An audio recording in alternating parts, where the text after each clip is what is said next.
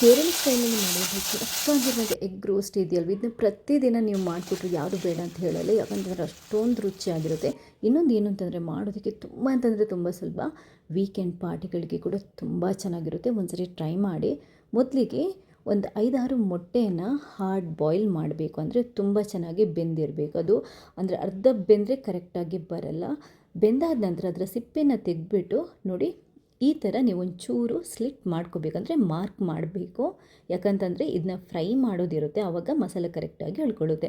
Stove ಮೇಲೆ ಒಂದು ಬಾಣಲಿಟ್ಟು ಸ್ವಲ್ಪ ಆಯಿಲನ್ನು ಹಾಕ್ಕೊಂಡು ಸ್ವಲ್ಪ ಉಪ್ಪು, ಖಾರದ ಪುಡಿ ಮತ್ತು ಅರಿಶಿಣನ ಹಾಕ್ಕೊಂಡು ಒಂದು ಅರ್ಧ ಟೀ ಸ್ಪೂನಷ್ಟು ಸಾಕು.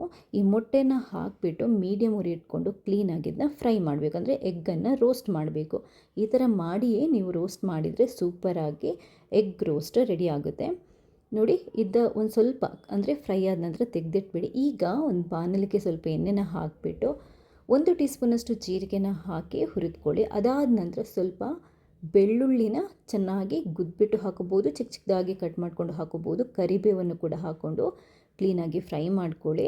ಒಳ್ಳೆ ಅರೋಮ ಬಂದ ನಂತರ ಒಂದು 2 ಈರುಳ್ಳಿನ ಸಣ್ಣದಾಗಿ ಹಚ್ಕೊಂಡು ಈ ಥರ ನೀವು ಫ್ರೈ ಮಾಡಬೇಕು. ಈರುಳ್ಳಿನ ನೀವು ಎಷ್ಟು ಚೆನ್ನಾಗಿ ಫ್ರೈ ಮಾಡ್ತೀರೋ ಅಷ್ಟು ಸೂಪರಾಗಿ ರೋಸ್ಟ್ ರೆಡಿ ಆಗುತ್ತೆ. ಯಾಕಂತಂದರೆ ನಾವು ಬಿರಿಯಾನಿಗೆ ಮಾಡ್ತೀವಲ್ವ, ಆ ಥರ ಫ್ರೈ ಆಗಬೇಕು ಈರುಳ್ಳಿ. ಅದೇ ಇದರ ಸ್ಪೆಷಲ್ ರುಚಿಯ ಸೀಕ್ರೆಟ್. ಅದಾದ ನಂತರ 2 ಅಥವಾ 3 ದೊಡ್ಡ ಈರುಳ್ಳಿ ಅಂದರೆ ಟೊಮೆಟೊನ ಕಟ್ ಮಾಡಿಕೊಂಡು, ಹಣ್ಣಾಗಿರುವಂಥ ಟೊಮೆಟೊನ ಕಟ್ ಮಾಡ್ಕೊಂಡು ಹಾಕ್ಕೊಳ್ಳಿ. ಸ್ವಲ್ಪ ಉಪ್ಪನ್ನು ಹಾಕ್ಕೊಳ್ಳಿ.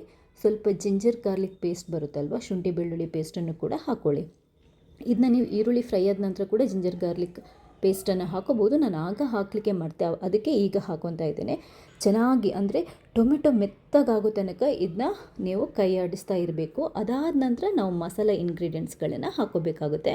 ಸ್ವಲ್ಪ ಅರಿಶಿನ ಪುಡಿ, 1 ಟೀ ಸ್ಪೂನಷ್ಟು ಖಾರ ಪುಡಿ, ಅರ್ಧ ಟೀ ಸ್ಪೂನಷ್ಟು ಕಾಳು ಮೆಣಸಿನ ಪುಡಿ, ಅರ್ಧ ಟೀ ಸ್ಪೂನಷ್ಟು ನಾನು ಗರಂ ಮಸಾಲೆ ಪುಡಿಯನ್ನು ಹಾಕ್ಕೊಂಡಿದ್ದೇನೆ. ಅಷ್ಟೇ, ಬೇರೆ ಏನು ಬೇಕಾಗಿಲ್ಲ. ಎಗ್ ಮಸಾಲದು ಪೌಡರ್ ಏನಾದರೂ ಇದ್ದರೆ ಸ್ವಲ್ಪ ಹಾಕೋಬೋದು.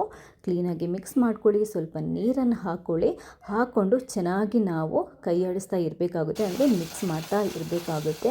ಮೀಡಿಯಮ್ ಉರಿ ಇಟ್ಕೊಂಡು ಚೆನ್ನಾಗಿ ರೆಡಿ ಮಾಡ್ಕೊಳ್ಳಿ. ಅದಾದ ನಂತರ ಸ್ವಲ್ಪ ಬಟರ್ ಅಥವಾ ತುಪ್ಪನ ಚೂರು ಸೇರಿಸ್ಕೋಬೋದು. ಚೆನ್ನಾಗಿ ಈ ಮಸಾಲಾನ ಅಂದರೆ ಮಿಕ್ಸ್ ಮಾಡ್ತಾ ಇರಿ. ಒಂದು ಸರಿ ಈ ಮಸಾಲ ಇದೆಯಲ್ವ, ಈ ಹದಕ್ಕೆ ಬರಬೇಕು. ಟೊಮೆಟೊ ಎಲ್ಲ ಮೆತ್ತಗಾಗಿ ಆ ಮಸಾಲ ಇಂಗ್ರೀಡಿಯೆಂಟ್ಸ್ ಎಲ್ಲ ಎಳ್ಕೊಂಡು ಕರೆಕ್ಟಾಗಿ ಈ ಹದಕ್ಕೆ ಬಂದ ನಂತರ ನಾವು ಮೊಟ್ಟೆನ ಹಾಕ್ಕೊಂಡು ಅದನ್ನ ಮತ್ತೆ ಒಂದು 3-4 ನಿಮಿಷ ಈ ಮಸಾಲದಲ್ಲಿ ರೋಸ್ಟ್ ಮಾಡಬೇಕು.